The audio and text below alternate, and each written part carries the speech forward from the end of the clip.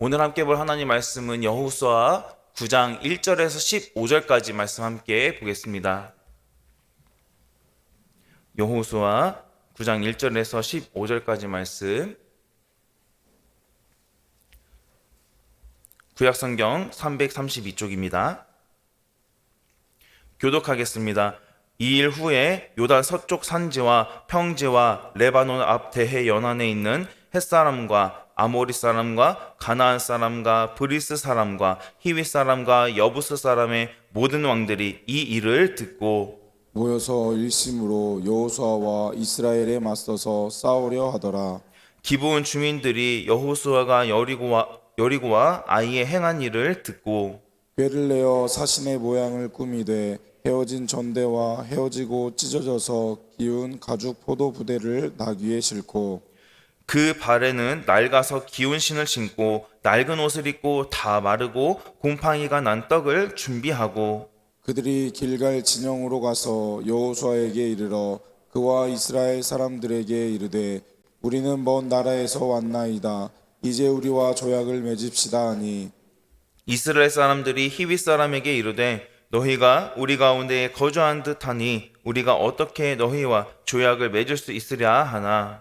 그들이 여호수아에게 이르되 우리는 당신의 종들이니이다 하매 여호수아가 그들에게 묻되 너희는 누구며 어디서 왔느냐 하니 그들이 여호수아에게 대답하되 종들은 당신의 하나님 여호와의 이름으로 말미암아 심히 먼 나라에서 왔사오니 이는 우리가 그의 소문과 그가 애굽에서 행하신 모든 일을 들으며 또 그가 요단 동쪽에 있는 아모리 사람의 두 왕들 곧 헤스본 왕 시온과 아스다롯에 있는 바산 왕 옥에게 행하신 모든 일을 들었음이니이다.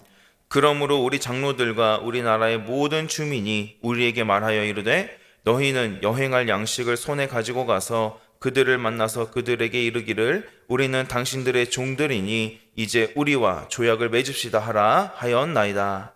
우리의 이 떡은 우리가 당신에게로 오려고 떠나던 날에 우리들의 집에서 아직도 뜨거운 것을 양식으로 가지고 왔으나 보소서 이제 말랐고 곰팡이가 났으며 또 우리가 포도주를 담은 이 가죽 부대도 새 것이었으나 찢어지게 되었으며 우리의 이 옷과 신도 여행이 매우 길었으므로 낡아졌나이다 한지라.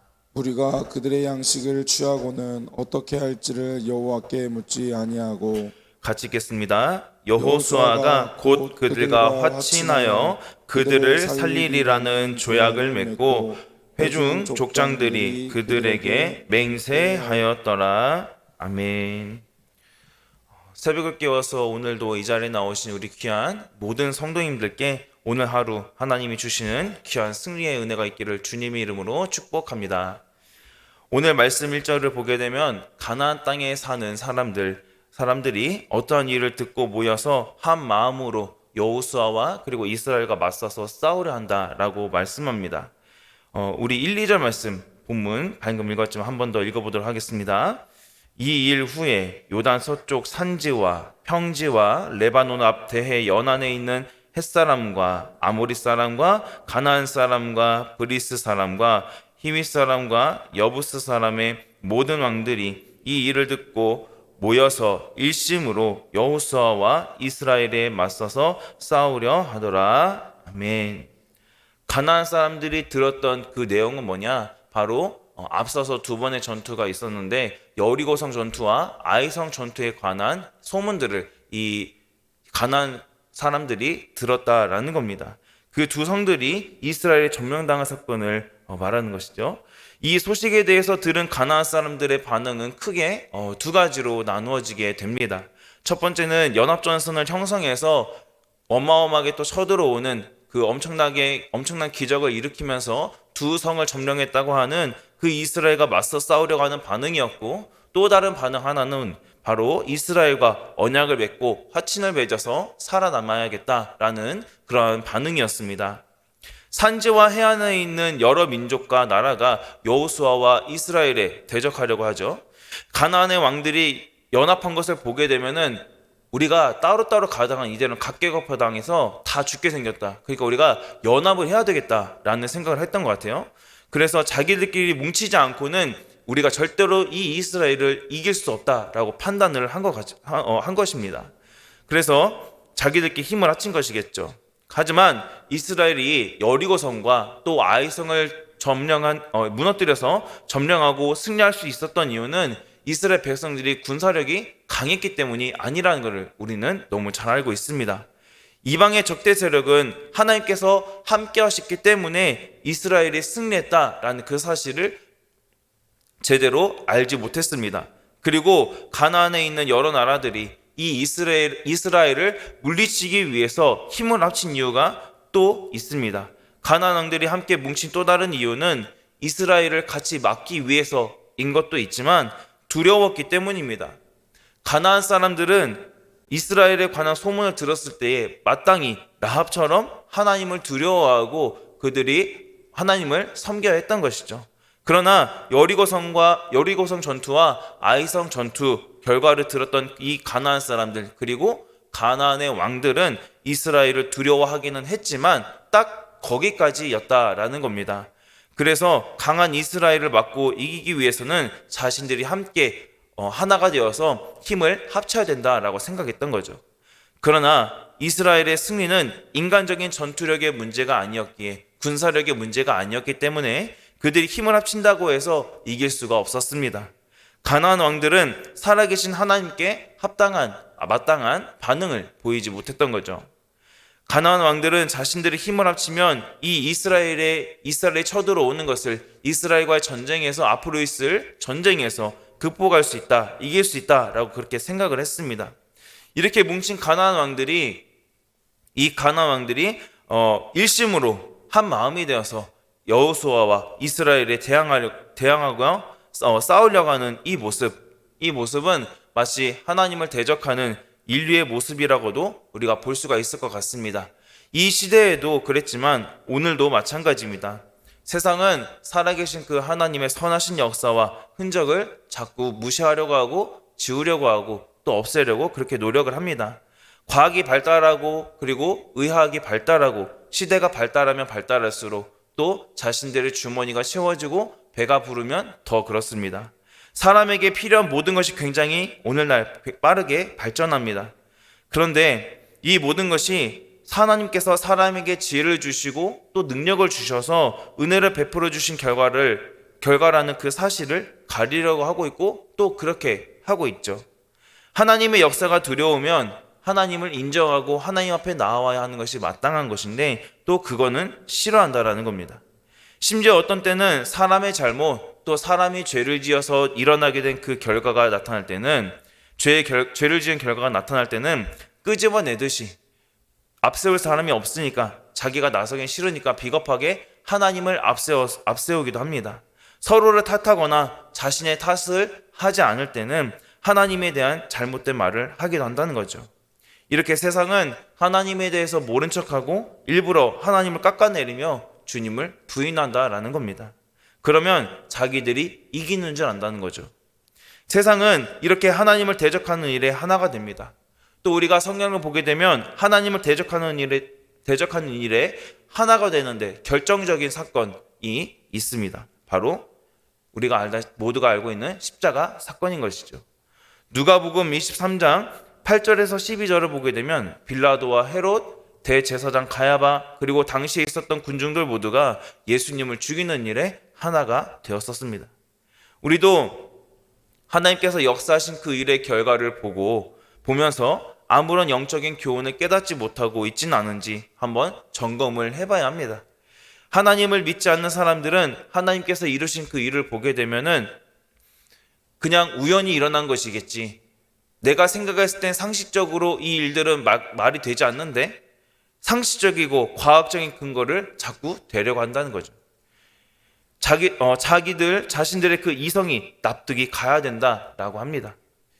또 세상적인 관점으로 모든 상황들, 주님의 역사를 분석하려고 하고 하나님의 역사임을 부정하고 무시합니다. 그러나 하나님은 이성과 상식, 과학적인 근거가 되시기 위해서 하나님께서 일을 하시는 분이 아니시다라는 겁니다. 하나님은 오직 하나님의 영광을 위해서 일하시는 하나님이신 줄로 믿습니다. 그렇기 때문에 우리는 세상 사람들과 같은 반응을 보여서는 절대 안 된다는 거죠. 늘 겸손한 마음으로 하나님이 이루신 그 일을 바라보면서 언제 어떤 상황에서라도 하나님의 뜻을 놓치지 않기 위해 바른 분별력과 판단력이 있어야 하는 겁니다. 그렇다면 우리가 이러한 바른 판단력과 또 분별력을 갖추기 위해서는 어떻게 해야 됩니까? 평소에 하나님 앞에 기도하고 오직 말씀을 앞세우는 말씀을 앞세우기 위해서 애쓰는 사람이 하나님 앞에서 올바른 판단력과 분별력을 갖출 수 있다라는 겁니다. 이 세상의 힘은 하나님께 전혀 통하지 않습니다. 아무리 세상이 강하고 득세하다 할지라도 하나님은 눈 하나 깜빡하시는 분이 아니라는 거죠. 그렇기 때문에 하나님을 섬기는 우리는 바른 판단력과 그 분별력을 통하여서 세상에서 하나님의 역사가 일어날 때 그것에 대해 바르게 반응하며 살아계신 하나님을 우리가 세상에 드러낼 수 있어야 한다라는 겁니다. 이러한 우리 이 자리에 있는 우리 모두가 이 바른 분별력과 판단력을 갖추어서 하나님의 살아계심, 하나님의 역사를 또 드러낼 수 있는 일에 쓰임받기를 주님의 이름으로 간절히 소망합니다. 이어지는 본문의 내용을 보게 되면 가나안 사람들이라고 해서 다 같은 반응을 보였던 것은 아니죠. 이스라엘이 아이성과 여리고성을 점령했다는 그 소문을 들었던 이들이 적극적으로 대적하는 방법만 취한 것은 아니었다는 겁니다. 이스라엘과 가까이 있었던 기브온 민족은 먼 곳에서 온 것처럼 이 이스라엘 백성들과 여호수아를 속여서 화친 조약을 맺으려고 했는데요. 우리 4절 말씀 같이 한번 읽어보겠습니다. 꾀를 내어 사신의 모양을 꾸미되 헤어진 전대와 헤어지고 찢어져서 기운 가죽 포도주 부대를 나귀에 싣고. 아멘. 여기 4절 말씀에서 나오는 꾀라는 단어의 뜻은 구약에서 긍정적인 의미와 부정적인 의미 두 가지 의미로 모두 사용이 되었는데, 여기에서는 부정의 의미라기보다는 신중함과 또 지혜로움의 의미로 사용된 것으로 보입니다. 기브온 주민들의 사신들은 해진 전대와 또 기운 가죽 포도주 부대와 낡은 신과 의복 그리고 곰팡이가 난 떡을 준비합니다. 기브온 주민들은 마치 모세 율법을 알고 있는 것과 같이 그렇게 행동을 하고 있습니다. 신명기 20장 10절에서 16절 말씀에 의하면 이스라엘 백성들은 가나안 주민들은 진멸하되 가나안에 살지 않는 백성들과는 먼저 화친을 시도해야 한다라고 말씀하고 있습니다. 그래서 기브온 사람들은 먼저 여호수아와 이스라엘 백성들에게 자신들이 아주 먼 곳에서 가나안 땅이 아닌 아주 먼 곳에서 왔다라고 알리면서 조약을 체결할 것을 제안을 하고 있습니다. 우리 6절 말씀 같이 한번 읽어보겠습니다. 그들이 길갈 진영으로 가서 여호수아에게 이르러 그와 이스라엘 사람들에게 이르되 우리는 먼 나라에서 왔나이다. 이제 우리와 조약을 맺읍시다 하니. 아멘. 이때 당시 여호수아와 이스라엘은 적극적으로 대적하는 무리뿐만이 아니라 이렇게 화친을 맺겠다라고 찾아오는 자신들에게 접근하여서 화친을 하려고 하는 이들도 경계를 해야 했습니다. 그래서 여호수아는 그들을 만나자 너희는 누구이며 어디서 왔는지 물어보자 기브온 주민들은 자신들이 출발하기 전부터 준비해왔던 대답을 하게 되는 거죠. 그리고 기브온 사신들은 자신들이 이스라엘과 관련된 우리가 소문을 들었다. 그리고 그것을 언급하면서 화친을 맺고자 하는 의도를 밝히게 됩니다. 이 기브온 사람들이 들었다라고 하는 소문이 이렇게 말하는 것이죠. 하나님께서 애굽에서 행하신 모든 일들과 또 요단 동쪽에서 행하신 일이었습니다. 그리고 이들이 머리를 잘 썼던 게 뭐냐면 최근에 들었던 소문 가운데 의도적으로 최근 요단 서쪽에서 있었던 사건, 그러니까 이제 여리고성 사건과 또 아이성이 점령되었던 그 사건들은 제외를 시켰다라는 거죠. 왜냐하면 자기들이 분명히 자신들의 입으로 우리는 이곳에서 먼 곳에서 당신들을 만나기 위해서 왔다라고 했기 때문입니다. 일부러 심히 먼 곳에서 왔음을 가장하기 위해서였던 거죠. 이것은 이스라엘과 화친을 맺기 위해 기브온 주민들이 굉장히 치밀하게 준비를 했다는 것을 우리는 알 수 있습니다. 특히 하나님의 이름을 이 사람들이 9절에서 언급을 하고 있는데, 이것은 화친을 맺으려는 이유가 물론 이스라엘 백성들이 두려워서이기도 하겠지만 궁극적으로 그들의 뒤에서 이스라엘보다 먼저 앞서 가시고 이스라엘 통하여 하나님의 나라를 이루시고자 역사하시는 그 하나님에 대한 두려움이 이 기브온 사람들 안에 자리하고 있다는 것을 우리는 알 수 있습니다. 당시에는 민족과 민족의 전쟁이기도 하지만 자신들이 섬기고 있는 신들과 신의 대결이라고 그렇게 생각을 했습니다. 그렇기 때문에 이방인이었던 그들, 자신들만 섬기고 있었던 신들이 분명히 있었을 텐데 그들이 보기에도 하나님이 자신들이 섬기고 있는 그 신보다 훨씬 더 강한 신이라고 그렇게 생각을 했던 것 같습니다. 이렇게 기브온은 전쟁이 아니라 평화의 길을 선택을 했다라는 겁니다. 기브온 사람들은 자신들도 이스라엘에게는 진멸의 대상이다라는 것을 알고 멀리서 온 것처럼 속인 겁니다. 이스라엘은 이들이 자신들을 매우 겸손하게 낮추고 하나님의 이름까지 언급하는 것을 보고 더 이상 그들에 대해서 조사를 하지 않게 됩니다. 그래서 결국 이스라엘은 기브온이 의도했던 대로 속아서 넘어가게 된 것이죠. 기브온 사람들이 하나님과 이스라엘을 두려워한 것은 사실입니다. 하지만 라합의 경우와 다르게 속임수를 사용했기 때문에 이것이 바람직하다라고 할 수는 없습니다.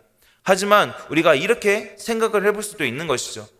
자기 편을 등진 그 라합의 속임수가 이스라엘의 하나님을 선택하는 그런 귀한 믿음의 표현이었듯이 기브온의 속임수 역시 자기의 신을 버리고 여호와 하나님을 선택하기 위해 그들이 고안한 방법이었다라는 겁니다. 이 기브온 사람들이 여호수아와 이스라엘 백성들을 속이는 방법이 아니라 다른 방법을 알았다 한다면 그 방법을 분명히 썼겠죠. 여기에서 중요한 것은 그들이 하나님과 또 이스라엘에 대해서 두려움을 느꼈다는 것이고 거짓말이 핵심이라기보다 하나님께 대한 항복이 핵심이라고 그렇게 우리는 볼 수 있어야 된다는 겁니다. 하나님은 그들이 이스라엘 공동체와 화친 조약을 맺도록 이 상황을 또 허락하셨다라는 것이죠. 그러나 그렇다고 해서 이스라엘에게 완전히 잘못이 없는 건 아니었습니다. 아쉬운 것이죠. 여호수아와 이스라엘이 조금만 더 신중한 판단을 통해서 하나님이 어떠한 결정을 내려주실지 먼저 물어보는 것이 굉장히 중요했다라는 겁니다. 우리 14절 15절 말씀 같이 한번 읽어보겠습니다. 무리가 그들의 양식을 취하고는 어떻게 할지를 여호와께 묻지 아니하고 여호수아가 곧 그들과 화친하여 그들을 살리리라는 주약을 맺고 회중 족장들이 그들에게 맹세하였더라. 아멘. 이런 과정을 통해서 이렇게 해서 이 기브온 사람들과 이스라엘이 화친 조약을 맺게 됐습니다. 14절 하반절을 보게 되면 우리가 방금 읽었지만 기브온과의 이 화친을 어떻게 할지 하나님께 묻지 않았다. 이스라엘과 여호수아가 묻지 않았다라고 말씀합니다. 그리고 15절에서는 화친을 맺는 과정 중 여호수아와 또 다른 지도자들은 이 문제에 대해 하나님께 묻지 않고 결정해서 조약을 맺었다라고 하죠. 율법에 기록된 것을 준수하는 것만이 하나님께 순종하는 것이 아닙니다.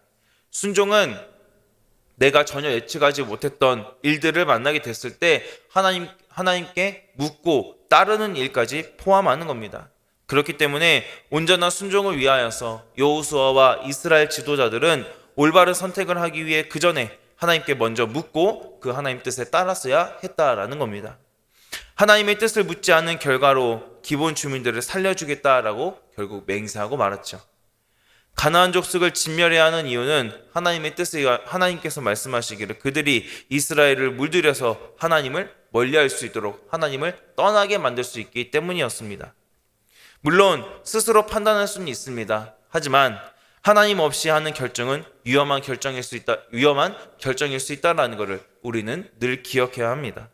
여호수아와 이스라엘이 전쟁에서 승리한 직후이기 때문에 살짝 영적 경계심을 늦춘 것 같습니다. 하지만 하나님은 우리가 함께 오늘 말씀에서 보듯이 여호수아의 실수, 이스라엘 백성들의 실수도 사용하시는 하나님이십니다. 묵인하시고 용인해 주시죠. 우리가 또 이 이스라엘 백성들이 깨어있지 못한 것은 변명할 수 없지만 우리의 실패를 통해서도 은혜를 베푸시는 그 하나님을 우리는 그분의 은혜를 묵상을 해야 합니다. 사람들은 이렇게 스스로 지혜롭게 여기기 때문에 올바른 판단을 내리지 못하고는 합니다. 우리 역시 하나님의 뜻을 구하거나 말씀에서 답을 찾지 않고 내 마음대로, 내 생각대로, 내 판단과 경험을 가지고 결정했다가 후회할 때가 분명히 있습니다. 판단의 기준을 하나님께 돌리지 않고 자신에게 두는 것 그 자체가 바로 죄의 시작이고 속임수에 넘어갈 수밖에 없는 원인이다라는 거죠. 그렇기 때문에 우리는 판단의 근거가 충분한 일을 앞두고서도 주님의 뜻을 먼저 구한 이후에 결정을 내려야 한다라는 겁니다. 그렇지 않으면 이렇게 분별력이 흐려져서 하나님의 명령을 온전히 따를 수 없기 때문입니다. 이렇게 하나님의 뜻을 구하는 것이 성도된 하나님의 백성된 올바른 판단이고 하나님 기뻐하시는 방향이라는 사실을 기억하는 저와 여러분이 되기를 간절히 소망합니다. 그래서 우리가 오늘 함께 말씀을 봤던 것처럼 올바른 판단력과 분별력을 가지고 늘 하나님의 뜻을 구하며 작은 일이라 할지라도 먼저 주님의 뜻대로 주님이 원하시는 방향대로 갈 수 있는 그러한 저와 여러분이 되기를 주님의 이름으로 간절히 소망합니다. 하나님, 우리에게 하나님께서 주시는 바른 분별력과 판단력을 주시기를 간절히 원합니다. 하나님의 뜻을 온전히 구하게 하여 주시고 하나님의 은혜로 우리가 온전히 주님 뜻에 설 수 있도록 인도하여 주시옵소서. 오늘 말씀에서 정말 여호수아와 이스라엘 백성들이 아쉽고 또 안타깝게 바른 판단을 하지 못하여서 기브온 주민들에게 속아 화친을 맺은 것을 함께 보았습니다.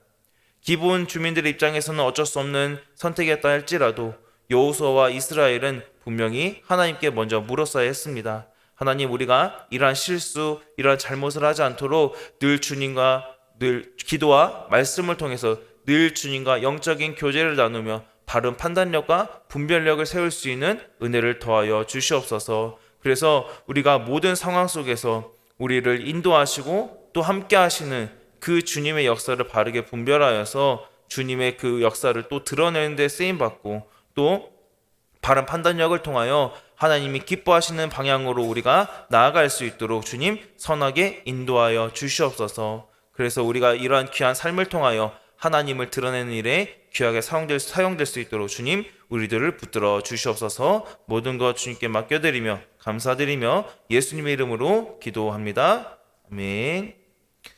이 시간 우리 함께 몇 가지 기도 제목 가지고 기도하도록 하겠습니다. 사랑과 은혜가 더 흘러넘치는 내실 있는 우리 초청교회가 될 수 있도록 교회를 위해서 함께 기도해 주시기 바랍니다.